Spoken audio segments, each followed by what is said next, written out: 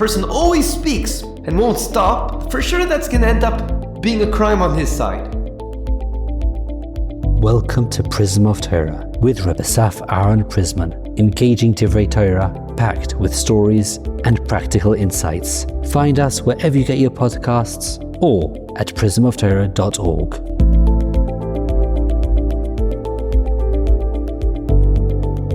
Shalom Avracha. In this week's Parsha, Parshas Tetzaveh, we know that the garments of the Kohanim, both the regular Kohen and the Kohen Gadol, are brought down in our Parsha. And Chazal, actually, in two different places, come to tell us that, you know what's unique about these garments? Why is the juxtaposition of this Parsha in the Torah next to the Parsha about the Korbanos, the different sacrifices, to teach you that just like it's obvious that the sacrifices come to atone for our sins, so too, the garments of the Kohanim also come to atone for our sins. And the Gemara in Erchin goes in detail to explain how is that so, and it explains that each one, what it atoned for. I want to zoom into the idea of what the Meil, the coat that the Kohen Gadol wears, comes to atone for. Now, just to give some basic background, the Meil is made of Tchelet, which is turquoise, a big garment turquoise that he wears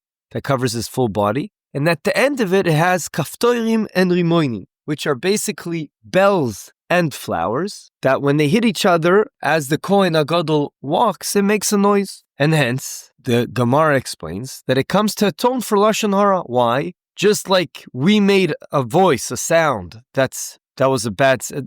will come a sound to atone for a different sound. And that's what the Gemara says. But we want to understand, perhaps we can get a deeper idea and understanding, why is it really fitting that this Meil, this garment, the coat of the Kohen Gadol, should be the one that repents for the Aveira, the sin of Lashon Hara. So in a very simplistic way, we know everything, we learn Pshat, Remez, Drash, and Soy, that's Pardes. The Pshat understanding is there was a sound that was an Aveira Dika sound, and we're now using a sound that's a Tahor sound, which is the sound of the garment as the Kohen walks, and that makes a sound and atones, this pure sound atones, holy sound we'll call it, atones for the bad sound, for the negative sound, for the Tumadika sound. However, I want to share with you two fascinating ideas about a deeper connection between the two. Rabbi Yerucham Emir wants to say the following, and he says the same is true. Another place we see something that atones for Lashon Hara, and that is when a person gets leprosy, tsaras.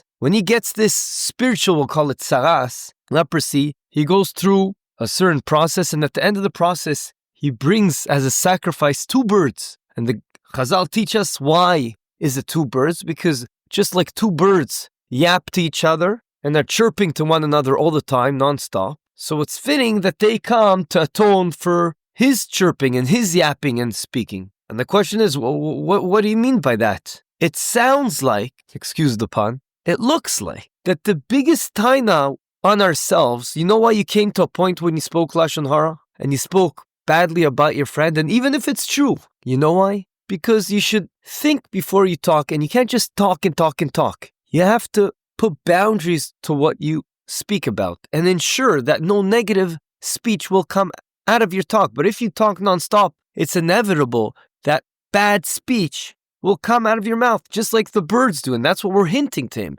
Don't do that. Though that is also the bells in the coat that make a noise. Why is it fitting that it atones for the bad noise that the person did when he spoke Lashon Hara? Because that noise, there's no stop to it. There's no boundaries. He keeps walking, the Kohen Gadol walks, and with every step, those bells jingle and they make a noise. So it's to teach us we have to put a border to that. And that goes very well with Mishle, Yud Yud Tes. It says, Uverov dvarim lo yechdal pesha. If a person always speaks, verov dvarim, always speaks, and won't stop, for sure that's going to end up being a crime on his side. However, the second half of the pasuk is, V'chosech sefatav maskil. You know who will be very wise? A person that saves his lips from always talking. Rabbeinu Bechai takes it a step further. And he says, if you look in the pasuk in our parsha that talks about the coats, there's a play on words. It says, Pi rosho betocho, safa yeh lepiv saviv, which you have to see what that means in context. But the same literal words can mean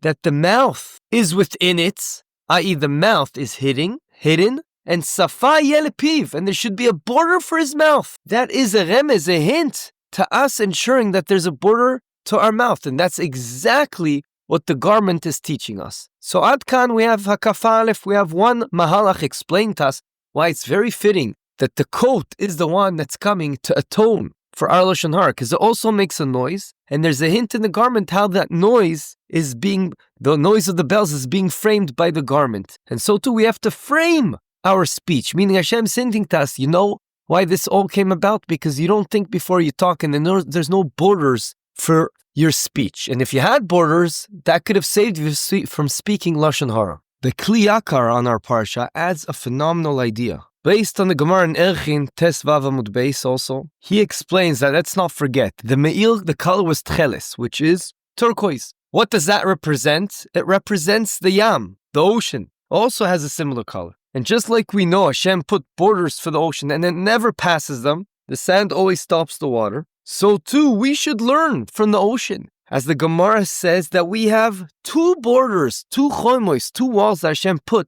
for our tongue. Both the teeth, which is called, it's a type of a etzem, type of a bone, and also our flesh over there, the mouth. And hence, we should also adhere to the way the ocean doesn't pass its borders, and so too, we shouldn't let our tongue, our mouth, speak in the way that passes the borders, because we have two borders for our tongue. But before we end off with the story, I want to share with you another mahalach, a phenomenal idea by a Goen Rabbi Shneir Kotler Zatzal in his Akdama to Maseches Nedorim. He explains why Lashon Hara is so bad, and he says that Chazal tell us, the Gemara in Turquoise, Daf Samech Aleph, tells us that a person that speaks Lashon Hara is like a zvuv, like a fly. And why is it? Because just like a fly, what attracts him? Things that are infected, that are dirty, such as blood and pus. And that's what it goes to. He looks at a person and it goes right to those things. And he adds more bad stuff there, and that's what he concentrates on. The Yetzer Hara does the same thing. It tries to get us to zoom in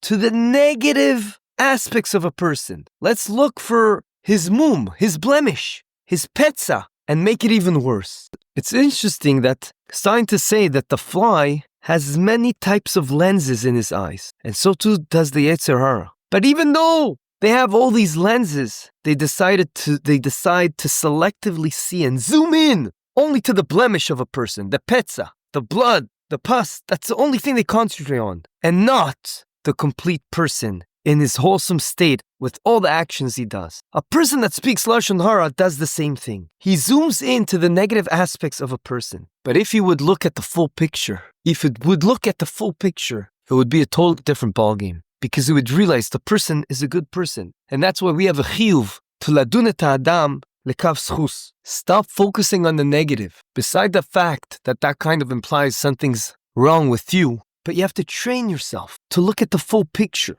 And that's exactly what the coat, the meil that the Kohen Gadol wears. It's long. In its wholesome state, it has the blue. Says Rav Kotler Zatzal, the blue, the turquoise, reminds us, just like tzitzis that's supposed to have the tchelis, reminds us of the shamayim, of the sky, which eventually reminds us of the kisei hakavod. When you have a view from on top, you see the full picture. From the kisei hakavod, and also the whole state of the meil is turquoise. Aside from the bells that are at the end that make a bit of noise, but at the end of the day, the full picture is a turquoise, reminding you of the kisei hakavod. When you have an overall view of what's happening, you won't zoom into the negative. You realize, wow, overall is a good person. Perhaps there's a hint to that Haman was one of the best in speaking Lashon Hara on Klal Yisrael. Even though Klal Yisrael were good, even the good aspects of Klal Yisrael, he managed to take them and zoom into the negative. And he was madgish, he was emphasizing the negative. And perhaps I will leave it up to you,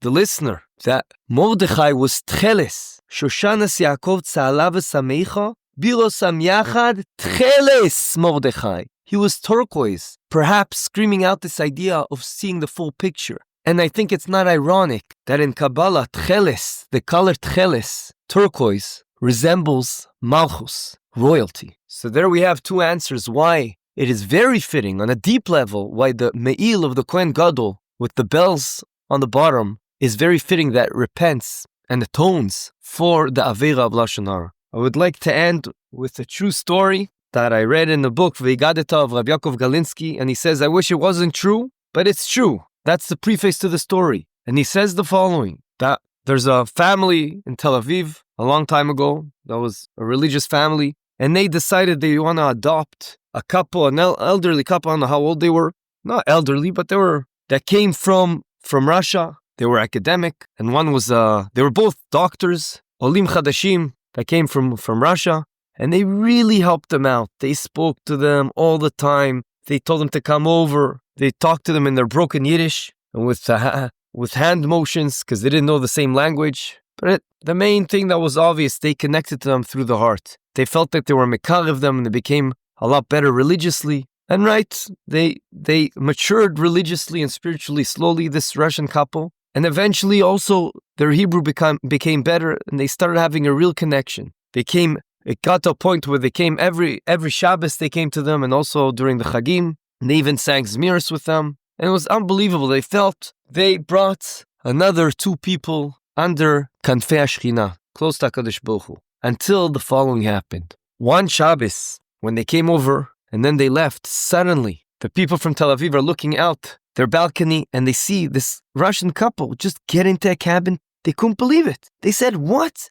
They went into a cab after singing Shabbos Zmiris with us. They just go into a cab on Shabbos. How can they do that? And obviously they had money, so they came they had money with them when they came to us. This is unbelievable. One thing led to another. It spiraled out of control, and they disconnected from them. They couldn't believe what happened. They totally forgot from the whole story. Eventually, after several months, suddenly from this organization that helps Olim Chadashim, they got a call, and they said, remember those two, the couple that were doctors? Well, her husband passed away, and we think it's really nice if you come and be Menachem Avelim. So they said, okay, yeah, we'll come. And they came, and what do you talk about? It's very awkward, as we all know. And they ask, what happened? Which is the standard question. And she said, with tears in her eyes, it was a heart attack in the hospital called Ichilov. So she asked her, what do you mean? He had a prior condition? This was totally sudden. So she said, only in the past 3 months he had this. Remember last time we were at your house? When we went down the stairs, suddenly, because he's a doctor,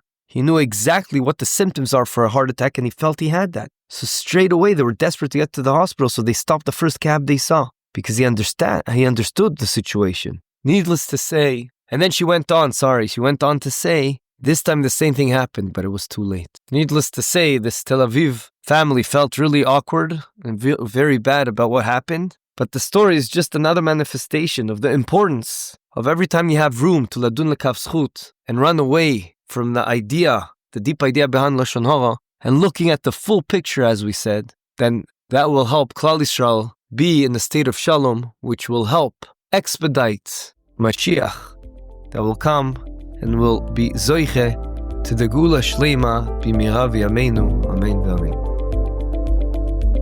This concludes another episode of The Prism of Torah. Thank you for tuning in today. We hope you enjoyed it and learned something valuable. If you did, please subscribe to the podcast and give a 5-star rating. You can also find this podcast wherever you get your podcasts, or our own website, prismoftorah.com, where we have a full archive of all our past episodes. We would like to thank Yona Vefa for the recording equipment and Eli Podcast Productions for handling all our post-podcast productions. Join us next week for another enlightening conversation on The Prism of Torah.